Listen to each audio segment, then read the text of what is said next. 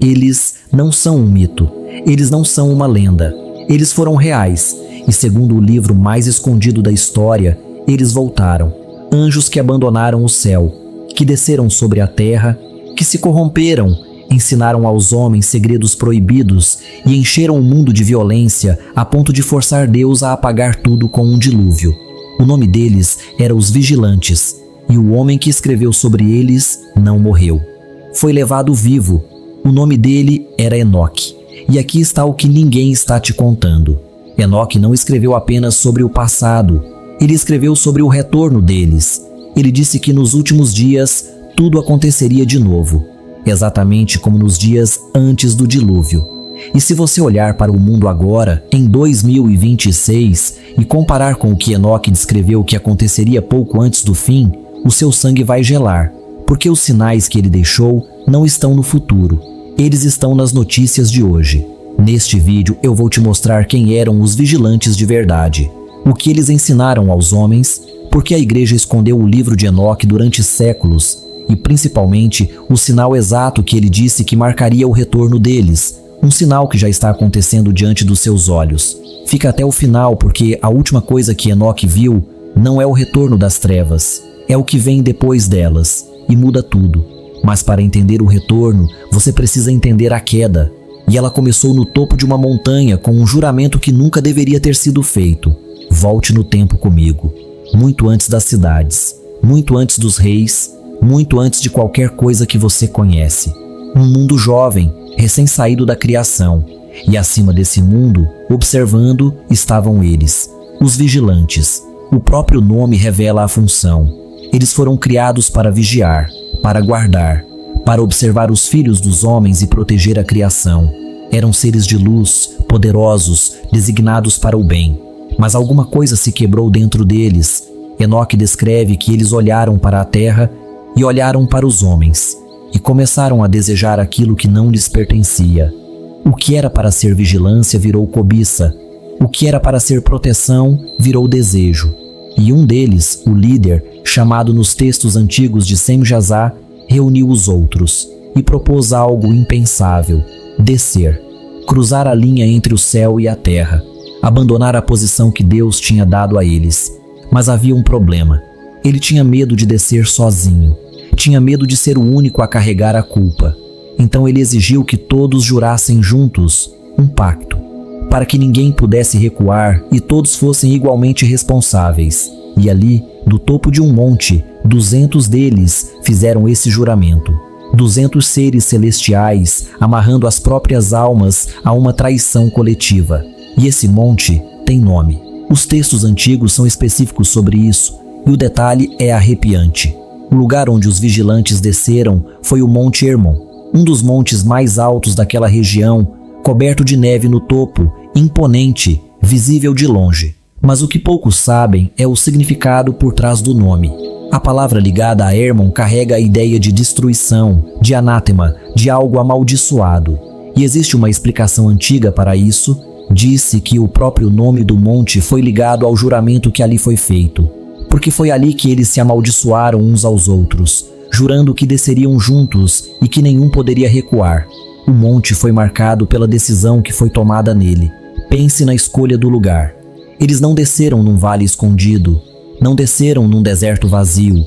Eles desceram no ponto mais alto, mais visível, mais próximo do céu que abandonaram. Como se fizessem questão de que a queda começasse do lugar mais elevado possível. Quanto mais alto o ponto de partida, mais brutal a queda. E existe algo ainda mais perturbador nesse detalhe geográfico. O Monte Hermon fica numa região que ao longo de toda a pré-história bíblica aparece ligada a acontecimentos espirituais intensos, a lugares de adoração pagã, a portais entre mundos na imaginação dos povos antigos. Como se aquele ponto específico da Terra tivesse ficado marcado desde o dia do juramento. Um lugar onde a linha entre o céu e a terra foi cruzada na direção errada. Guarde esse detalhe, porque ele reforça uma verdade importante. A queda dos vigilantes não foi um mito vago flutuando no ar. Foi um evento com lugar, com data, com nome. 200 seres, um monte real, um juramento específico. A precisão desses detalhes é exatamente o que faz o relato de Enoque ser tão perturbador. Ele não escreve como quem inventa uma lenda, ele escreve como quem relata um fato. E no instante em que aqueles pés tocaram a terra, o mundo mudou para sempre, porque eles não vieram de mãos vazias, eles trouxeram conhecimento. E é aqui que a história fica realmente perturbadora. Fica comigo, porque o que eles ensinaram aos homens é a parte que mais se parece com o mundo de hoje. Enoque lista o que cada um dos vigilantes ensinou. E não é uma lista aleatória, é uma lista que descreve o nascimento de tudo o que corrompe o ser humano até hoje. Um deles ensinou os homens a forjar metais, a fazer espadas, facas, armas. Antes disso, a violência tinha limites, porque as mãos humanas têm limites. Depois disso, o homem podia matar em escala. Nasceu a guerra como indústria. Outro ensinou às mulheres a arte dos cosméticos, dos adornos, da sedução usada como manipulação. Não a beleza em si, mas o uso da aparência como arma para enganar e controlar. Outro ensinou os encantamentos, a feitiçaria, a manipulação das forças ocultas, o caminho para buscar poder espiritual fora de Deus. Outro ensinou a ler os sinais do sol. Outro os sinais da lua. Outro os sinais das estrelas. O conhecimento dos céus, que deveria levar o homem a admirar o Criador, foi torcido para que o homem tentasse prever e controlar o próprio destino sem Deus. Pare e olhe essa lista de novo. Armas, manipulação, ocultismo, a busca de poder e conhecimento sem limites e sem Deus. Não é exatamente isso que define o mundo em que nós vivemos? E o mais perturbador é que esses seres tinham nome. Enoque não fala deles como forças vagas. Ele os identifica, um por um, como se estivesse apresentando os arquitetos da queda da humanidade. O líder, aquele que organizou o juramento no monte, era Sanjasa. Foi ele quem convenceu os outros, quem teve a ideia, quem exigiu o pacto para que ninguém pudesse voltar atrás. Ele é o rosto da rebelião organizada. Mas existe um outro nome que aparece nos textos antigos como o mais perigoso de todos: Azazel. E o que Enoque diz sobre ele é assustador. Azazel foi o que ensinou os homens a fazer as armas de guerra, as espadas e os escudos. Mas ele ensinou muito mais. Ensinou a trabalhar os metais preciosos, o ouro, a prata. Ensinou os adornos, as pinturas, a vaidade. Ensinou o homem a cobiçar, a possuir, a exibir. E aqui está o detalhe que gela o sangue. Quando o julgamento é pronunciado, Enoque escreve que Deus diz que toda a terra foi corrompida através dos ensinamentos de Azazel e ordena que a ele seja atribuída toda a culpa. Um único ser, carregando o peso de ter torcido o coração da humanidade inteira em direção à ganância e à guerra. Outros nomes aparecem, cada um com a sua especialidade sombria. Um deles ensinou a ler os astros, outro os sinais das estrelas, outro os sinais das nuvens e do céu. Outro ensinou a arte de desfazer encantamentos, ou seja, como manipular o próprio mundo espiritual. E outro ensinou os golpes ocultos, os venenos e os segredos mais sombrios que um ser humano pode conhecer. Repare no que está acontecendo aqui. Não foi uma corrupção genérica. Foi uma operação organizada, dividida em áreas, cada vigilante especializado em torcer uma parte específica da experiência humana. A guerra, a vaidade, o oculto, o controle do destino, como se tivessem repartido entre si as áreas da alma humana que queriam dominar. O ponto que Enoque está fazendo não é sobre tecnologia em si, é sobre conhecimento entregue a um coração que não está pronto para carregá-lo. Conhecimento que não eleva o homem para perto de Deus, mas que o afunda mais na própria escuridão. E o resultado dessa entrega foi catastrófico. A violência cobriu a terra, a corrupção se tornou total. E dessa mistura proibida entre os vigilantes e os homens, surgiu algo que a própria Bíblia menciona, mas nunca explica por completo: os gigantes. E é aqui que preciso parar um segundo com você. Se você chegou até aqui, você já percebeu que este não é um canal comum. Aqui a gente não tem medo de entrar nas verdades que quase ninguém tem coragem de tocar. As coisas que ficaram escondidas nas antigas escrituras. Se inscreve agora no canal e ativa o sininho, porque essa história dos vigilantes é só o começo. E o que vem pela frente vai mudar completamente o jeito como você enxerga a Bíblia. É um clique e você não vai querer ficar de fora do que vem a seguir. Agora, os gigantes. Porque essa parte é real e está na sua Bíblia. No livro de Gênesis, existe uma passagem que a maioria das pessoas lê rápido e passa por cima, sem entender o peso do que está escrito. Diz que naqueles dias havia gigantes na terra. E também depois, quando os filhos de Deus se uniram às filhas dos homens e elas geraram filhos. Esses foram os poderosos que houve na antiguidade, homens de renome. A Bíblia menciona isso em poucas palavras, quase de passagem, como se fosse um fato tão conhecido que não precisasse de explicação. Mas o livro de Enoque explica. Ele conta que dessa união proibida nasceu uma raça de gigantes, seres de tamanho descomunal e de natureza violenta. E ele descreve algo aterrorizante, que esses gigantes consumiam tudo o que os homens produziam. E quando não havia mais o suficiente, eles se voltavam contra os próprios homens. A terra inteira gemia sob o peso deles. A criação clamava. O sangue cobria o chão. E aqui está o detalhe que mais deveria nos assustar, porque é o espelho mais direto do nosso próprio tempo. As pessoas se acostumaram. Pense nisso. Uma geração inteira nasceu e cresceu naquele mundo. Para elas, os gigantes não eram uma aberração assustadora.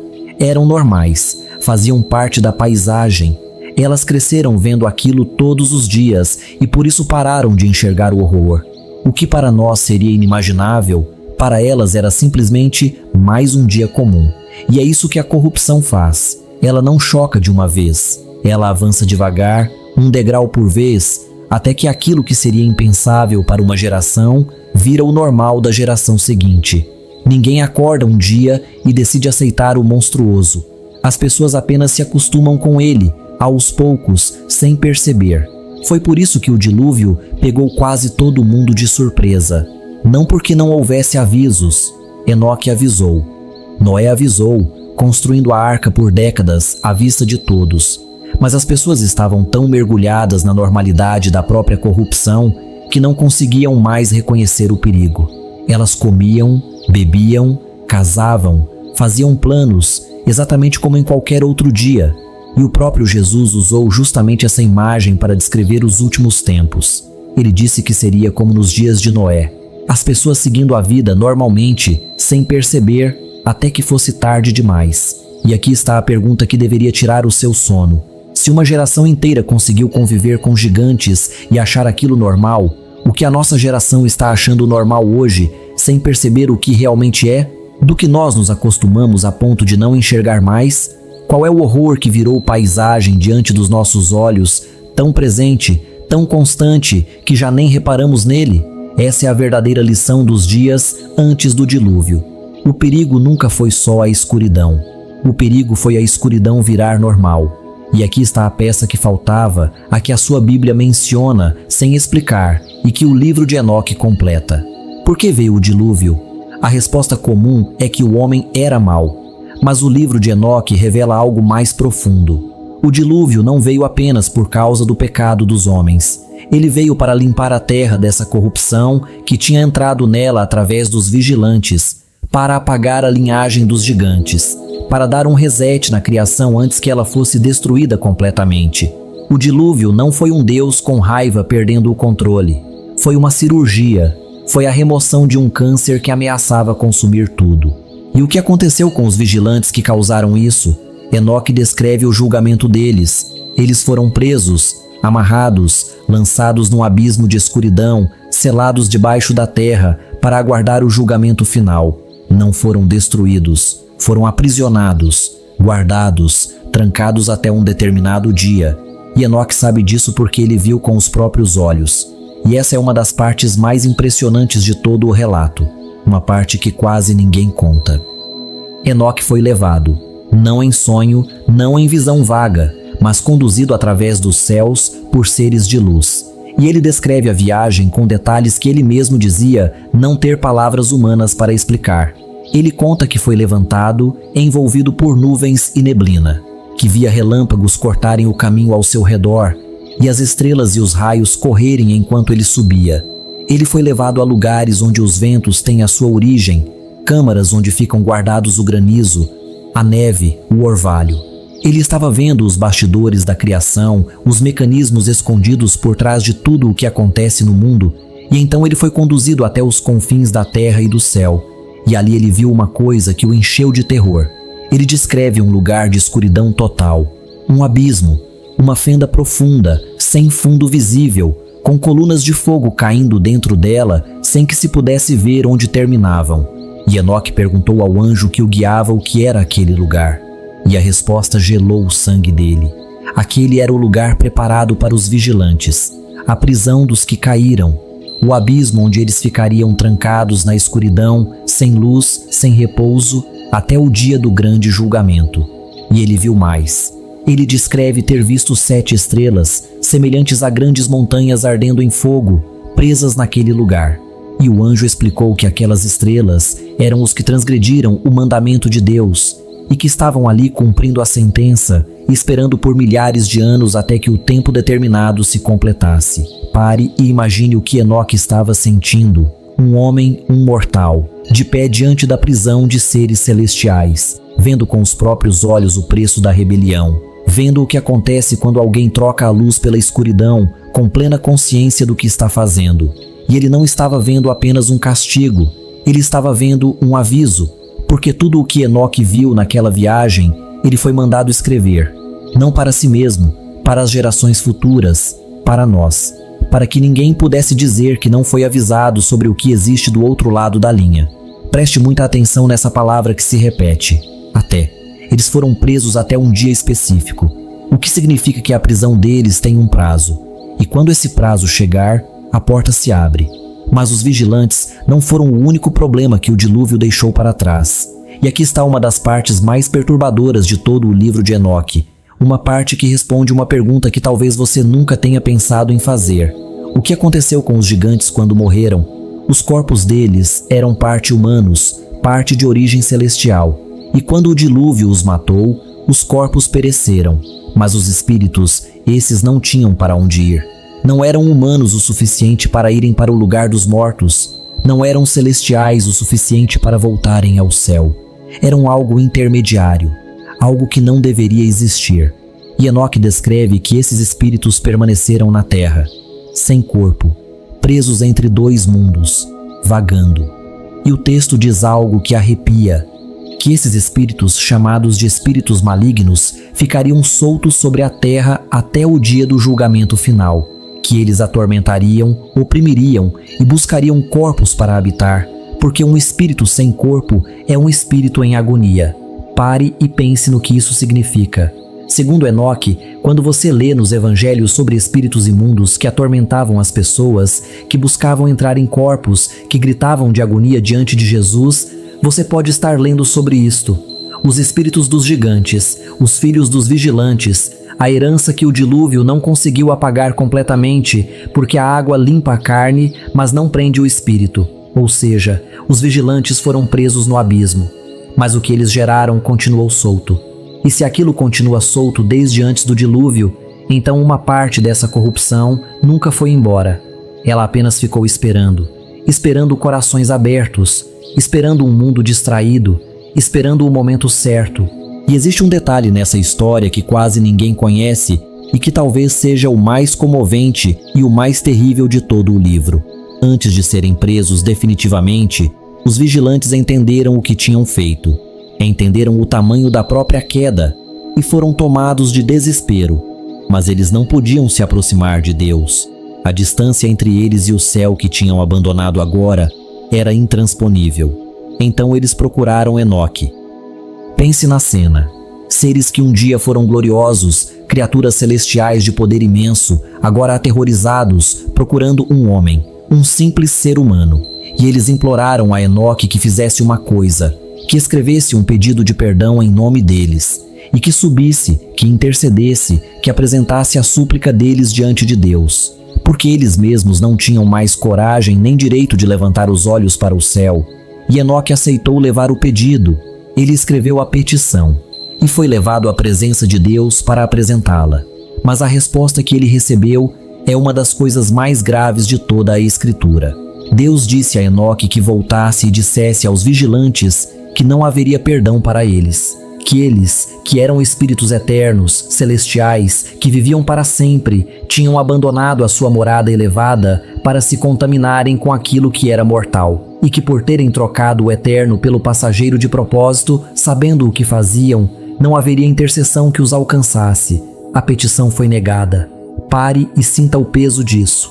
Enoque teve que descer e olhar nos olhos daqueles seres e dizer que não havia mais volta, que a porta tinha se fechado para eles. E agora ouça com muita atenção, porque aqui está a razão pela qual essa história importa para você, hoje, ouvindo isso. Porque não houve perdão para os vigilantes, mas há perdão para nós. A diferença não é o tamanho do pecado. A diferença é a natureza deles. Eles eram seres celestiais que viam a Deus face a face, que conheciam a glória, que sabiam exatamente o que estavam abandonando e escolheram cair mesmo assim, com plena consciência. Eles não foram enganados, eles decidiram. Nós somos diferentes, nós somos pó, nós caímos por fraqueza, por engano, por ferida, por não enxergar direito. E é justamente por isso que existe graça para o ser humano, porque a nossa queda tem conserto, a nossa porta ainda está aberta. Os vigilantes bateram numa porta que eles mesmos tinham trancado por dentro para sempre. A sua porta não, a sua ainda está aberta. E essa é a diferença entre a história deles e a sua. Guarde isso, porque no fim deste vídeo essa verdade vai voltar e vai fazer todo o sentido. E é exatamente sobre esse momento que Enoque escreveu a parte mais perturbadora de todas, porque ele não parou no dilúvio. Ele foi levado através do tempo e viu o fim. Antes de irmos para lá, deixa eu te perguntar uma coisa de coração para coração. Você sente que estamos vivendo um tempo diferente? Que algo mudou nos últimos anos? Algo que você não consegue explicar, mas que sente por dentro? Se você sente isso, escreve a palavra sinais aqui nos comentários. Eu quero saber quantas pessoas estão sentindo a mesma coisa que você agora. E se este vídeo está fazendo sentido, deixa o seu like. É simples, mas é o que faz essa mensagem alcançar mais gente. Cada like é uma pessoa a mais que vai poder ouvir esse aviso. Agora, o retorno, a parte que dá nome a este vídeo. Enoque, depois de ver o passado, foi mostrado o futuro, e o que ele viu foi um espelho.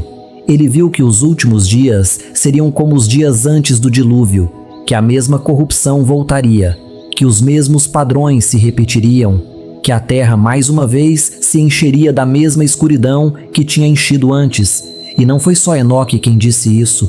O próprio Jesus, milhares de anos depois, confirmou. Ele disse que, assim como foi nos dias de Noé, assim será na vinda do Filho do Homem.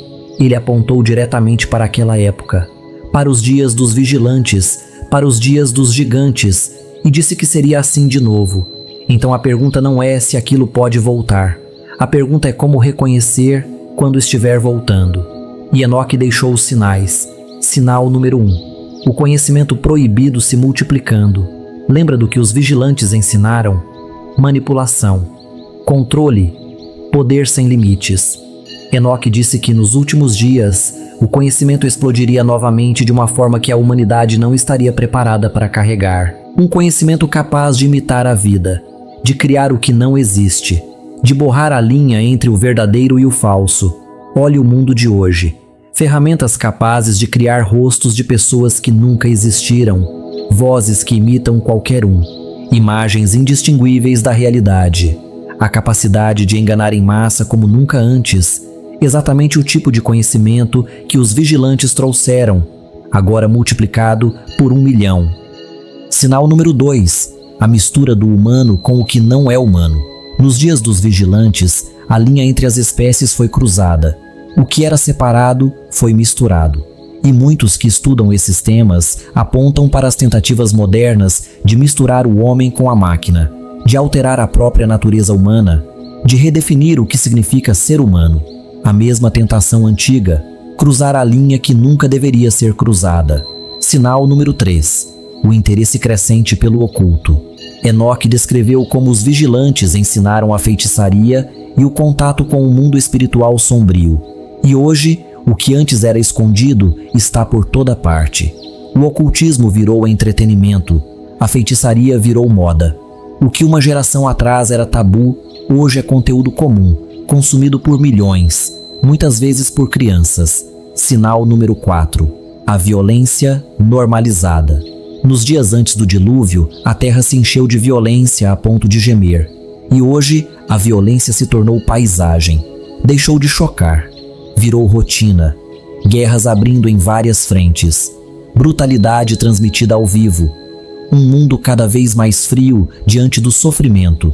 E existe um quinto sinal, talvez o mais silencioso de todos, e por isso o mais perigoso: a perda da distinção entre o sagrado e o profano. Nos dias dos vigilantes, a corrupção não foi apenas violência, foi confusão.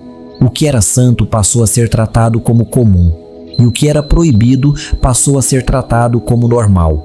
As linhas que Deus tinha traçado foram simplesmente apagadas, uma por uma, até que ninguém mais sabia onde terminava a luz e onde começava a escuridão. E é impossível não olhar para o mundo de hoje e ver exatamente isso. Uma geração que perdeu a capacidade de distinguir, onde o certo e o errado viraram questão de opinião, onde aquilo que gerações inteiras consideraram sagrado hoje é motivo de riso, e aquilo que sempre foi reconhecido como escuridão hoje é celebrado como liberdade. A confusão dos dias de Enoque, de volta na tela do seu telefone, todos os dias. Agora junte tudo isso: conhecimento proibido explodindo, a linha do humano sendo cruzada, o oculto se espalhando, a violência normalizada e a distinção entre o sagrado e o profano se apagando. Enoque descreveu esses sinais como as marcas do retorno, e todos eles estão acontecendo ao mesmo tempo, na mesma geração, agora. E tem uma coisa sobre esses sinais que eu preciso que você entenda, porque é isso que os torna tão perigosos. Nenhum deles chega gritando, nenhum deles se apresenta como o mal. Foi assim nos dias dos vigilantes, e é assim agora. A corrupção nunca bate na porta dizendo que é corrupção. Ela chega como progresso, como liberdade, como conhecimento, como entretenimento inofensivo. Ela chega tão devagar, tão disfarçada, que quando você percebe, ela já está dentro de casa, já está na sua rotina, já virou normal. Foi exatamente por isso que Enoque disse que ninguém veria. Não porque os sinais estariam escondidos, mas porque estariam tão à vista, tão espalhados, tão normalizados, que as pessoas passariam por eles todos os dias, sem reconhecer o que são. O maior disfarce da escuridão sempre foi parecer parte da paisagem. E é aqui que a frase do título deste vídeo ganha todo o seu peso. Eles voltaram e ninguém viu, não porque foram invisíveis, mas porque vieram devagar, disfarçados de mundo moderno, enquanto todos estavam distraídos demais para perceber. Eu preciso ser honesto com você neste ponto, porque isso separa a verdade do engano. Ninguém pode marcar o dia exato do fim. As próprias palavras de Jesus deixam isso claro. Ele disse que daquele dia e daquela hora ninguém sabe. Então quem te promete uma data está te enganando, e eu não vou fazer isso. Mas Jesus também disse para observarmos os sinais. Ele usou a imagem da figueira. Disse que quando os ramos ficam tenros e as folhas brotam, sabemos que o verão está próximo. Ele não nos deu um calendário. Ele nos deu olhos para reconhecer a estação. E quando você usa esses olhos e olha para 2026, você não vê uma data mágica. Você vê uma convergência. Você vê os 4 sinais de Enoque se cruzando ao mesmo tempo. E a pergunta que fica não é se ele acertou uma data. É como um homem que viveu antes do dilúvio descreveu com tanta precisão o mundo em que nós estamos vivendo agora. Essa é a verdadeira pergunta. E ela deveria fazer cada um de nós parar e refletir. Mas eu prometi que a última coisa que Enoque viu mudaria tudo. E ela muda. Porque a história dos vigilantes não termina nas trevas. Enoque viu o retorno da escuridão. Mas ele viu, logo depois, a chegada da luz. Ele descreveu a vinda do justo. Ele viu o momento em que os vigilantes presos finalmente enfrentariam o julgamento definitivo. Ele viu o mal ser arrancado pela raiz, e ele viu uma nova terra, limpa, restaurada, onde a corrupção nunca mais entraria. Guarde isso porque é o coração de tudo. O retorno das trevas não é o fim da história, é o penúltimo capítulo. Enoque não escreveu para te encher de medo. Ele escreveu para te acordar antes do amanhecer, porque essa é a verdade que muda tudo. Os vigilantes foram presos, mas você não é como eles. Eles cruzaram uma linha da qual não havia volta. Você ainda está do lado de cá. A porta ainda está aberta. E enquanto você ouve essas palavras, você ainda tem hoje. E o mesmo Deus que julgou a corrupção é o Deus que caminhou com Enoque. Lembra? Enoque viveu no meio daquele mundo corrompido, cercado pela mesma escuridão, e ainda assim as Escrituras dizem que ele andou com Deus, todos os dias, passo a passo. E por causa disso, ele não provou a morte. Foi levado. Ou seja, é possível viver no meio da escuridão sem pertencer a ela. É possível estar cercado pela corrupção e ainda assim caminhar com Deus. Enoque provou isso. E o convite que ele deixou é para que você faça o mesmo. E pense no contraste. Os vigilantes desceram do céu para se afundar na terra. Enoque fez o caminho inverso. Ele, um homem de carne e osso, cercado pela mesma corrupção, se elevou tanto em direção a Deus que foi levado sem provar a morte. Dois movimentos opostos. Os seres de luz descendo para as trevas e um homem de pó subindo para a luz. A diferença entre eles nunca foi a posição de onde partiram, foi a direção que escolheram caminhar. E essa escolha, a mesma que Enoque fez, está diante de você agora, não em algum dia distante. Agora, neste exato momento em que você ouve estas palavras, você pode continuar sendo arrastado pela correnteza de um mundo que se acostumou com a escuridão. Ou pode fazer o que Enoque fez, escolher caminhar na direção contrária, escolher a luz num mundo que se esqueceu dela. Então, se hoje o seu coração foi tocado, não deixe esse momento passar. Não trate isso como mais um vídeo. Para agora, em silêncio, onde quer que você esteja. E fala com Deus. Não precisa de palavras bonitas. Ele não está esperando um discurso. Está esperando um coração sincero. Diz apenas isso. Senhor, eu não quero pertencer à escuridão deste mundo. Eu quero caminhar contigo, como Enoque caminhou. A partir de hoje, se você fez essa oração, mesmo em pensamento, algo mudou neste instante. Uma decisão foi tomada, uma direção foi escolhida, e eu quero celebrar com você. Escreve aqui embaixo a palavra caminhar, como um marco. Um registro do dia em que você escolheu andar com Deus no meio de um mundo em trevas. E toda vez que você voltar a este vídeo e ver o seu comentário, vai lembrar do momento exato em que tomou essa decisão. E se essas palavras te tocaram, pensa em quantas pessoas ao seu redor precisam ouvir isso. Aquele amigo perdido, aquele familiar sem esperança, aquela pessoa que está sendo arrastada pela correnteza sem nem perceber. Compartilhe este vídeo com essa pessoa agora.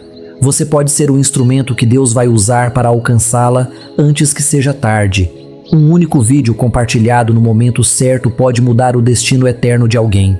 E fica comigo neste canal, porque essa jornada está apenas começando. Ainda vamos abrir os nomes de cada um dos vigilantes e o que fizeram. As visões completas de Enoque através dos céus, o mistério dos gigantes e para onde foram os espíritos deles, aquilo que Daniel selou para os últimos dias. Um vídeo de cada vez, uma revelação de cada vez. Se este vídeo abençoou a sua vida, deixa o seu like, se inscreve, ativa o sininho e compartilha. Não pelos números, mas porque cada pessoa que ouvir isso pode ter a vida transformada, assim como a sua talvez tenha sido hoje. Os vigilantes voltaram. Os sinais estão por toda parte. Mas o trono continua ocupado, a porta continua aberta e o fim da história já está escrito. E o fim é bom. Que a paz de Deus guarde o seu coração e a sua mente. Que a mesma graça que levou Enoque caminhe com você e que você, no meio deste mundo em trevas, nunca deixe para depois aquilo que pode ser decidido hoje. Nos vemos no próximo vídeo. Que Deus te abençoe. E até lá, caminhe com Ele.